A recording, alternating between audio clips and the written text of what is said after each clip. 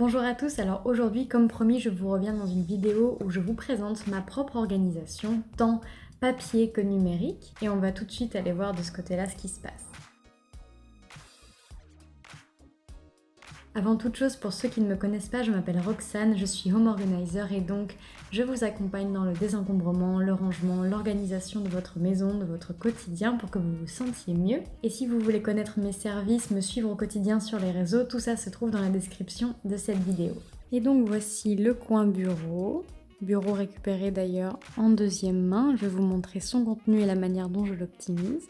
Et comme vous le voyez, on a réutilisé un tableau en liège qu'on utilise pour disposer nos clés et les frais en attente qui doivent être rentrés sur l'application Tricount qu'on utilise pour équilibrer nos dépenses avec monsieur. Ici, on a disposé une trieuse. Là, c'est mon coin, là, c'est le coin de monsieur. Un colis que je dois penser à envoyer. Et ici, c'est un carnet. C'est le carnet que j'utilise pour mes to-do list quand j'ai envie de noter ça à l'écrit, de les voir barrées une fois qu'elles sont achevées. Ici, dans les notes du jour, on a chaque tâche que j'ai envie de réaliser avec une durée réaliste et l'ordre dans lequel j'ai envie de faire les choses pour m'y retrouver. Et quand je n'utilise pas ce carnet, j'utilise les rappels de mon agenda Google, je vais vous montrer ça plus tard. Souvent, je préconise d'avoir pour le foyer 3 séparateurs, je pense que vous connaissez maintenant, à traiter en attente et à classer. Mais ici, comme on classe directement les papiers entrants, on a trouvé plus judicieux d'avoir un côté pour chacun de nous. Dans ce premier tiroir, ici, on a vraiment tout ce qui me concerne, voilà, des petites choses de l'ordre de la papeterie, des cartes de visite, mon chargeur, voilà, des choses que je peux utiliser au quotidien, des recharges, des petites étiquettes, des élastiques, des cartes de visite.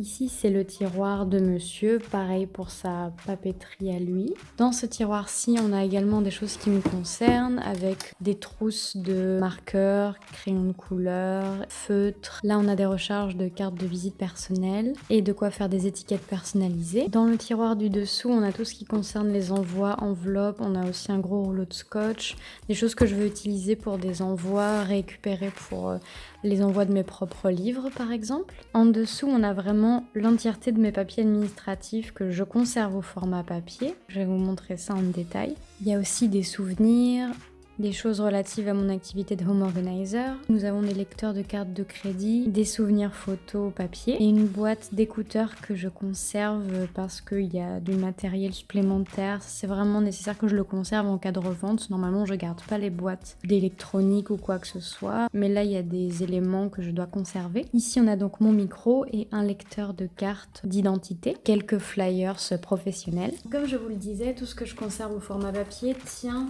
dans ces 4 fardes-ci, dans ces 4 dossiers. Le plus important, c'est ce porte-vue bleu dans lequel je vais conserver tout ce qui est relatif à la mutuelle, des documents d'identité, des documents que je dois conserver au format papier, des recommandés importants. On a aussi des dessins en plus petit format que je souhaite garder, des notices ou des références importantes de garantie, des paroles de chansons, des accords de ukulélé que je veux garder, tout mon suivi sur la morphologie que j'ai faite avec Alice de Lune Conseil en Images. Et c'est tout ce qu'on a dans ce porte-vue qui n'est même pas rempli. Tout le reste de mes documents administratifs, je les conserve au format numérique sur mon Drive et je vais vous montrer ça en détail juste après. Ensuite, on a un porte-vue peu fourni, jaune, qui rappelle mon activité, ma vie en main, et que j'utilise occasionnellement si je fais des conférences, des présentations. J'y mets des photos avant-après pour illustrer mon activité, des alternatives zéro déchet que je propose.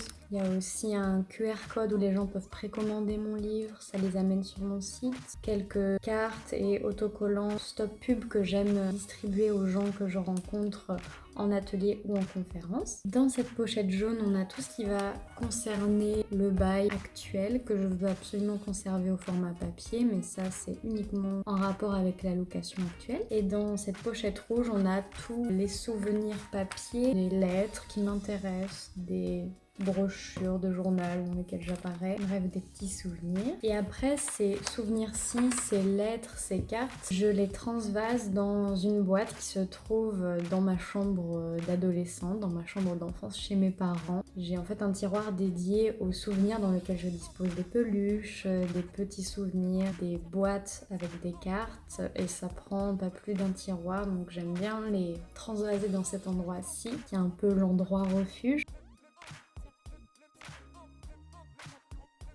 Donc voilà, l'ensemble des papiers qui me concernent se trouve dans ces 4 fardes-ci, dans ces 4 pochettes. Et le dernier tiroir de gauche, c'est celui de monsieur avec pareil une pochette pour l'administratif, des souvenirs, des accords de guitare, des carnets de notes. Et en bas à droite, nous avons non pas 3 tiroirs, mais bien une seule et même case où il y a encore une fois des choses qui me concernent. Au fond, nous avons des exemplaires papier de mon livre. Ici, nous avons des papiers brouillons que je conserve pour les notes, des recharges pour l'imprimante. Là, nous avons des carnets de notes vierges. Et je vais revenir en détail sur les carnets que j'utilise au quotidien ou un petit peu moins souvent.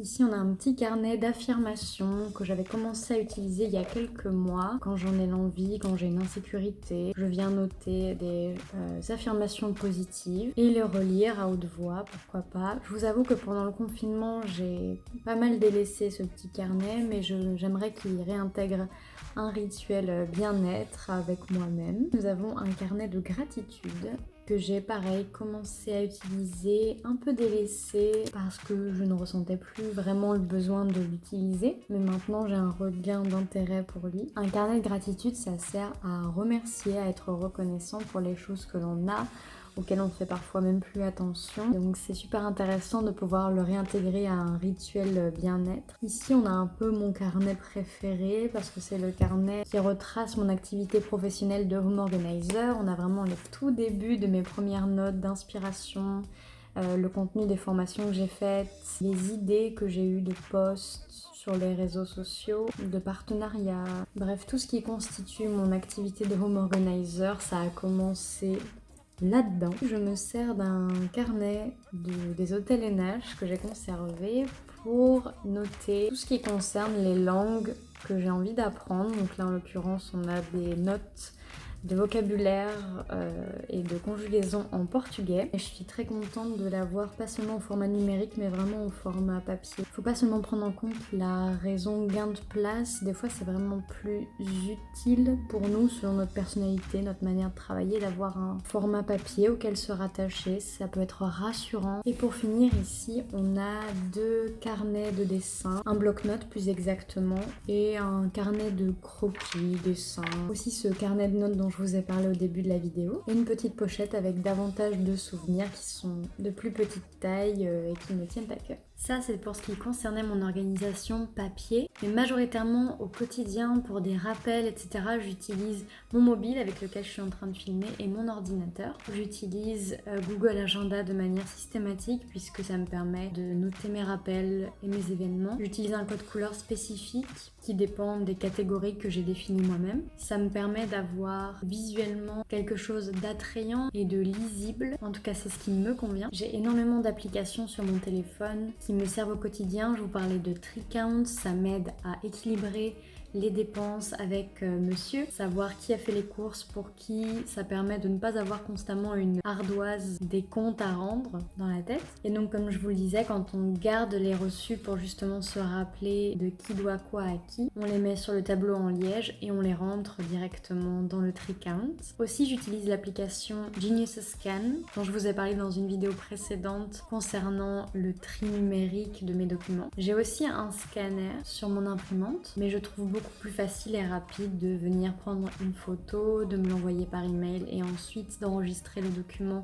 dans mon drive. Et surtout je peux le faire n'importe où, n'importe quand. Si je ne suis pas chez moi et que je dois scanner quelque chose au format PDF, c'est vraiment pratique. Sinon j'utilise énormément l'application Keep pour les notes, pour les listes de choses à faire. Quand je n'utilise pas le carnet que je vous ai montré, je peux partager les notes avec quelqu'un. Mon Drive évidemment, j'utilise Google Drive, ça me permet de vraiment tout lier. Google Agenda, Google Drive, Keep, Gmail. Et aussi de manière récurrente, je fais un tri dans mon appareil photo, sur mon mon mobile. Pareil pour les applications, je veille vraiment à garder le minimum pour visuellement ne pas être surchargée d'informations, de notifications. Vous pouvez d'ailleurs désactiver les notifications pour certaines applications si elles vous déconcentrent, si elles sont omniprésentes. Bref, je garde tout ça clair et épuré, même sur mon portable. Pour ce qui est du bureau de mon ordinateur, je ne conserve qu'un dossier relatif à mon activité d'indépendante. Donc dans ce dossier, je nomme en numérotant afin que ces sous-dossiers soient classés dans l'ordre que je préfère, selon si je m'en sers souvent ou pas. Et il n'y a pas de catégorie diverses comme toujours, je suis la plus précise possible. Et pareil, je veille à épurer quand je n'ai plus besoin de garder quelque chose. Tous les logiciels dont je pourrais avoir besoin autrement, Word, Excel, PowerPoint, etc.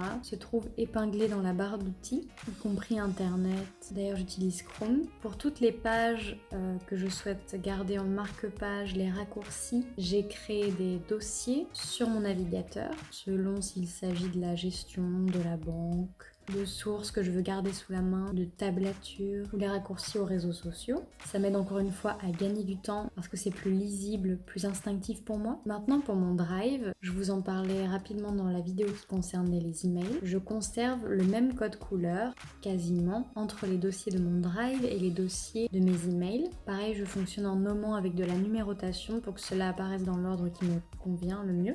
Et ça fonctionne plutôt bien, en tout cas j'arrive à garder ça clair sur le long terme. Je vous invite à tester ce système de renommer avec des numéros pour que cela apparaisse dans l'ordre qui vous correspond mieux, les codes couleurs quand cela est possible, et les sous-catégories pour préciser les sujets. Et voilà, écoutez, que vous dire de plus? Je pense que j'ai fait le tour de mon organisation. Comme je vous disais, je viens assez fréquemment faire du tri dans tout ça, recadrer si je sens que je suis moins à l'aise avec un système, un fonctionnement que je teste. Je veille toujours à ce que ça reste assez ludique, rassurant, attrayant. Par exemple, le bullet journal, c'est quelque chose auquel j'ai pensé et qui sur le long terme ne fonctionne pas avec moi parce que je passe beaucoup plus de temps dans la partie créative à faire des jolies choses au lieu de vraiment m'atteler aux tâches que j'ai besoin de faire. Et ça me pose problème. Voilà, je pense qu'on a fait le tour. J'espère que cette vidéo vous aura plu. Si vous voulez davantage de conseils pour pouvoir vous organiser au quotidien, avoir une vie plus désencombrée, simplifiée, qui vous ressemble, je vous invite à vous abonner